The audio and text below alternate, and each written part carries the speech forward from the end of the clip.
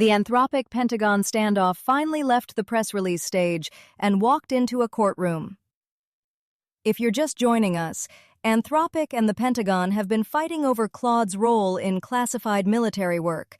Anthropic kept limits on things like lethal autonomous weapons and mass surveillance, and the Defense Department turned around and called the company a supply chain risk. That label isn't just symbolic anymore. Defense contractors are now being told to identify and remove Anthropic products, then certify they're not using them. This is Anthropic Pentagon Watch, and today, a court might actually put a leash on that supply chain tool. The DoD names 7 AI vendors, but leaves Anthropic off the list, and somebody had to make Claude dumber to get it switched back on. Sarah, start us in the courtroom. Salmia Roy, writing in Al Jazeera, San Francisco, United States. A California judge has set the stage for a potential victory for Anthropic in its push for regulation of weapons powered by artificial intelligence, a drawback for the administration of United States President Donald Trump, which brings the company a step closer to not losing billions in government contracts. So here's the update. Judge Rita Lynn is now openly questioning whether the Pentagon's supply chain risk label unlawfully punishes Anthropic for its stance on regulation. That's the designation that would have cost the company billions in military contracts. And look at what that designation was actually about. It came down over a policy disagreement, not compromised hardware or a foreign backdoor. Anthropic wanted humans in the loop on AI weapons, so it got branded a supply chain risk. Lynn's basically asking whether the Pentagon can weaponize that tool against a contractor's views. Right, but let me push on the Al Jazeera headline. Could open space for AI regulation? A preliminary injunction from one California district court doesn't create a legislative opening. The statutory authority behind that designation hasn't been touched.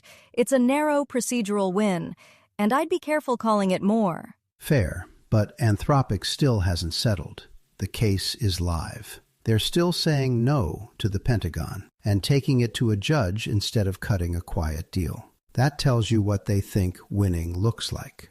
And the fight's moved from who has leverage to what a courtroom win actually gets Anthropic when the underlying authority remains intact. Ask me again after the ruling. From Joseph Stepansky at Al Jazeera. Noticeably absent from the Pentagon's list was Anthropic, which had a major fallout with the Pentagon after pushing back on pressure to provide unrestricted access to its Claude AI program for all lawful use. 7 companies for classified networks, and the Pentagon actually published the names this time. SpaceX, OpenAI, Google, Nvidia, Reflection, Microsoft, AWS. Run through that list. Hear who's missing? Anthropic. The company suing the Pentagon isn't on the vendor list. Shocking twist for absolutely no one. There's the Pentagon's answer to the whole standoff. DoD didn't wait on the litigation. It just picked 7 vendors that'll sign what Anthropic wouldn't. The revealing part is whether any of these 7 have acceptable use policies anywhere near Anthropic's. Because the DoD just quietly showed us its preferred posture on autonomous systems limits, and it prefers the softer one. AI First Fighting Force. Decision superiority. That's a lot of syllables to avoid saying what the machine actually decides. The Hill, with Julia Shapiro. A top White House official accused the Chinese startup on Wednesday of improperly using Anthropic's latest model and accessing restricted Nvidia chips to develop its new Kimi model. Michael Kratsios, the director of the White House Office of Science and Technology Policy, said the administration has information that Moonshot AI distilled Anthropic's Fable to produce Kimi K3. So Michael Kratsios, the OSTP director, said Wednesday that Moonshot AI distilled Anthropic's newest model and got its hands on banned Nvidia chips to build Kimi. And my first question is, the whole June ban was sold as exactly what would stop this. If it happened anyway, what did the ban actually buy us? Note the verb, though, distilled. Distillation can be as simple as querying an API and training a smaller model on the outputs. No checkpoint smuggling required. Chip export controls don't stop that. Right, so the guardrail Commerce bragged about, cut off the whole world and degrade the model, didn't touch the root they're warning about now. Either the enforcement gap is bigger than advertised, or the national security story has a hole you can drive a data center through. And it's an accusation from a White House official. Kratsios says the administration has information. No filing, no named evidence yet. So for now, it lands as political framing that conveniently justifies the controls right as they're getting stress-tested in court. Convenient timing, sure. But if a restricted actor really got Anthropic-grade capability through an API, then whoever's writing the access rules is guarding a door that's already open. Here's Joao Marinati at ETCIO. The U.S. Commerce Department ordered Anthropic to block foreign nationals from advanced AI models. This action disabled Anthropic's models, citing national security concerns and impacting users globally. Restrictions were lifted after Anthropic enhanced safety guardrails, which reduced model intelligence and performance. The incident questions the government's role as an AI gatekeeper and the legality of its actions. Here it is in writing. The Commerce Department turned Claude back on only after Anthropic, quote, reduced the model's intelligence. And somebody in that building is calling that a safety guardrail. Right. And let's get the timeline straight. June 12, the order goes out. Fable 5 and Mythos 5 go dark within hours, not just for foreign nationals, but for everyone, including Anthropic's own non-citizen staff. Because there's no way to check every user's passport in an afternoon, they just flip the whole thing off. So the national security tool amounts to a kill switch with no scalpel. And it connects back to the White House accusation we hit earlier. These same restrictions were supposedly meant to keep the model out of a Chinese startup's hands. So either the guardrails worked, or a restricted actor got through anyway.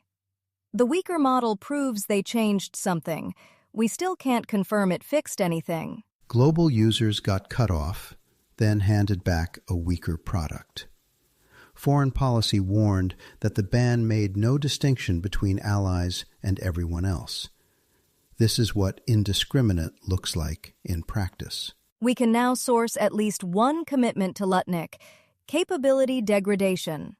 Now the court gets to test whether that was a contractual deliverable or just the cost of surrender. Okay, so the Pentagon has this supply chain risk tool. Normally, you'd think that's for something like compromised foreign hardware. How does it end up pointed at an American AI company? And can a court actually stop it?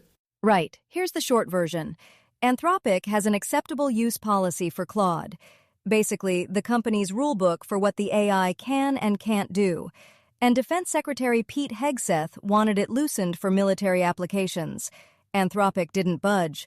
And per The Verge, Hegseth had openly threatened to punish the company before the designation even came down. On March 5th, the Pentagon made it official, labeling Anthropic a supply chain risk. As the BBC noted, that's the first time the designation has ever been applied to an American company. The practical consequence is severe. It signals across the government that Anthropic products aren't safe to use. And per Mayor Brown's July legal analysis, defense contractors across the industrial base are now being told to identify and remove Claude, then certify they're not using it, a cascading procurement freeze. But on March 27th, Judge Rita F. Lynn of the Northern District of California issued a preliminary injunction temporarily blocking the designation. She called it, her words per NPR, classic First Amendment retaliation. So the injunction is a win for Anthropic. But if the government appeals and the designation stays in place in the meantime, doesn't the damage to its contracts just keep compounding? That's exactly the tension to watch. MIT Technology Review noted that the government had 7 days to appeal, and as of late March, Anthropic still had a second case against the designation that hadn't been decided, so the company was effectively persona non grata across government, even with the injunction in place. The courts now have to decide how far the executive branch can go in punishing a private company for refusing to change its own product policies. That answer could set a precedent well beyond Anthropic. For more AI news beyond the Pentagon, try AI Daily Briefing. It's the top AI news for engineers, founders, and investors every weekday, separating real capabilities from demo hype. If you follow Anthropic closely, it's a natural next listen. Find it wherever you get your podcasts. You'll find links to every story in today's show notes if you'd like to spend more time with anything that caught your attention. That's Anthropic Pentagon Watch for today. This is a Lantern podcast.